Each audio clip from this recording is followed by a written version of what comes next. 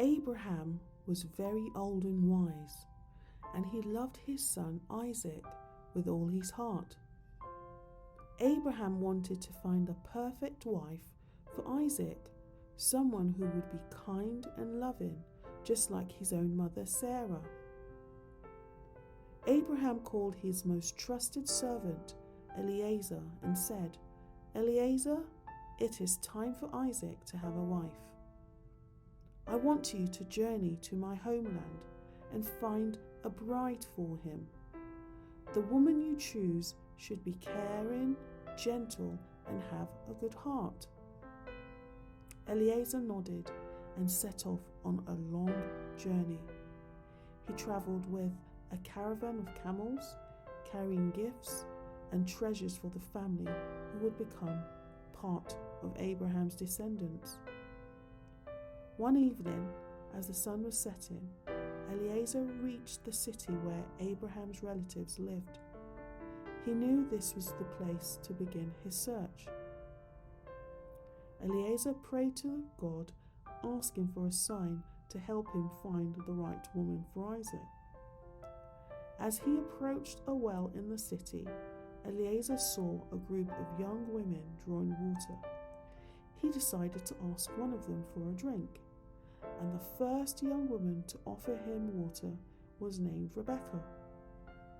Eliezer watched her closely, and he was amazed by her kindness and beauty. Eliezer introduced himself and learned that Rebekah was the daughter of Abraham's relative, Bethuel. He knew this was the sign he had asked for. He praised God and gave thanks for him guiding him to Rebekah. Eliezer explained his mission to Rebekah and her family, telling them about Isaac and how Abraham wanted him to have a wife from their family. Rebekah's family agreed, seeing the blessings and the kindness in Eliezer's words. The next day, Eliezer gave precious gifts to Rebekah's family as a sign of goodwill. He also gave beautiful jewelry and clothing to Rebekah herself. Everyone was filled with joy, and they prepared to send Rebekah on her journey to meet Isaac. As Rebekah travelled with Eliezer back to Isaac's home, they talked and shared stories. They grew to like and trust each other, and their hearts felt calm and happy.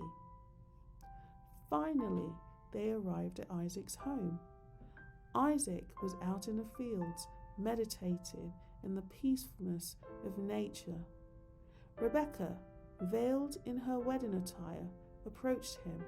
When Isaac saw her, his heart was filled with love and gratitude. He knew that this was the woman chosen for him, and he felt a deep sense of peace. Isaac and Rebekah were married, and their love was strong and true. They lived together in harmony and happiness, just as Abraham had hoped. And so, dear children, this is the story of how Isaac found his loving wife Rebekah with the help of a faithful servant and the guiding hand of God.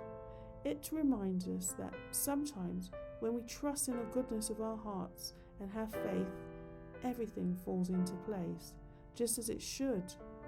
It's a story of love, kindness, and the wonderful journey of two people finding each other amidst life's adventures. Good night, little ones. God bless you. Amen.